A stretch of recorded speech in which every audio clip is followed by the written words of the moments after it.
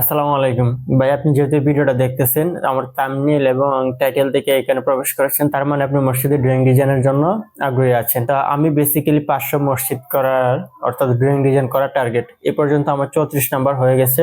Recent একটা phone এসেছিল কুমিল্লা থেকে, উনি ওই ভদ্রলোক হচ্ছে সৌদিতে, তাই একটু উনি কল দিয়েছে ওনার মসজিদটা ডিজাইন ড্রয়িং করে দেওয়ার জন্য। ইনশাল্লাহ সেটার কাজ আগাবে। আরো একটি কাজ চলতেছে আমার ইনশাল্লাহ ময়মনসিংহ বাবুখালীতে।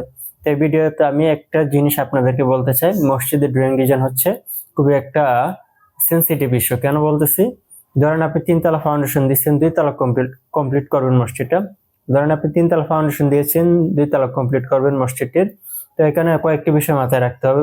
ধরেন আপনি ফার্স্ট ফ্লোরে 200 জন মানুষ একসাথে নামাজ করতে পারে, ঠিক আছে। আপনি সেখানে যখন 200 জন মানুষের লোড ক্যালকুলেশন করবেন, ধরেন একজন মানুষের ওজন 50 কেজি, তাহলে 200 জন মানুষের ওজন কত আসে, সেই পরিমাণ ওজন অনুযায়ী আপনাকে সেখানে রড দিতে হবে। আপনি যদি সেই পরিমাণ রড সেখানে না দিতে পারে, তাহলে আপনার স্ট্রাকচারটি কাঠামোটি মসজিদটি যাওয়ার কথা 100 বছর বাংলাদেশের প্রেক্ষাপটে, অথবা 90 থেকে 100 বছর যাওয়ার কথা, কিন্তু সেটা যাচ্ছে না। 40 বছর 30 বছর পরে ওই মসজিদে প্রবেশ করতে মুসলিরা ভয় পাচ্ছে।